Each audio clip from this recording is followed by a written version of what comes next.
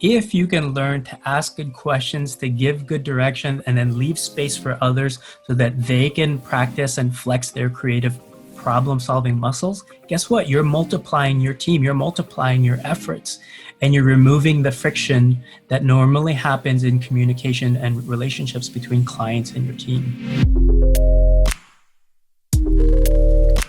Essentially, when I'm working with my team and I review the work, if I need to give feedback and there's something on the page or the things that I'm looking at that doesn't quite feel right, I identify that first. It's like, you know what, Ben, for some reason, when I look at this, I'm feeling a little bit confused. So first I express how I feel. Like, why am I feeling the way that I'm feeling? I'm feeling confused because the hierarchy of the information doesn't line up. First I read this thing, and then this thing, but I feel like the stack should be 1, 2, and 3. And then so now I'm identifying what specifically is making me feel that way. The next part is now asking Ben, the designer, what they thought about that. What are ways that we could fix that? So before I make the recommendation of what I would do, I would like to open it up to challenge their thinking. So Ben, what would you do to fix the hierarchy here?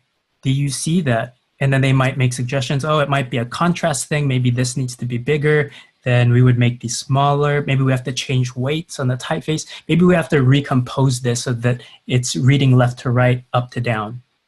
So I'll leave it to them because I don't want to rob them of their creativity. I don't want to rob them of their problem-solving abilities. All I want to do is probe them so that they could look at their own work from a different angle. And the more angles that they could look at it, the more creative outputs they're going to give me on the other side. So all I'm doing there is trying to facilitate better ideas.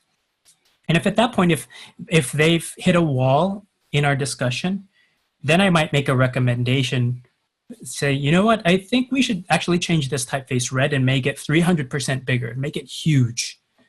What do you think about that, Ben? So I make a recommendation, and then again, I leave room for discussion and negotiation because it could be completely subjective. And that person as the designer can challenge me. And I leave the space for that. I always leave space. And I try not to talk back to back where there's no room for somebody to interject. I ask a question and then I stay silent. Because for some people, it takes those extra 5 seconds for them to complete their thought before they feel confident for it to come out of their mouth.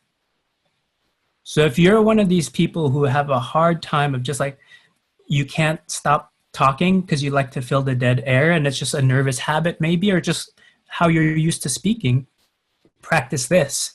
Every time you say something or ask a question, stop and be silent for 3 seconds. Then try and be quiet for 5 seconds. And then even longer. You just keep adding to that and get more and more comfortable with silence, because some people are very uncomfortable with that. But you'll realize if you leave the space for somebody else, they feel like they can jump in, especially if you're an intimidating person. Or if that person, let's say you're working with a client, they don't want to sound dumb, so they're not going to say something out of turn. If you give them the space, guess what?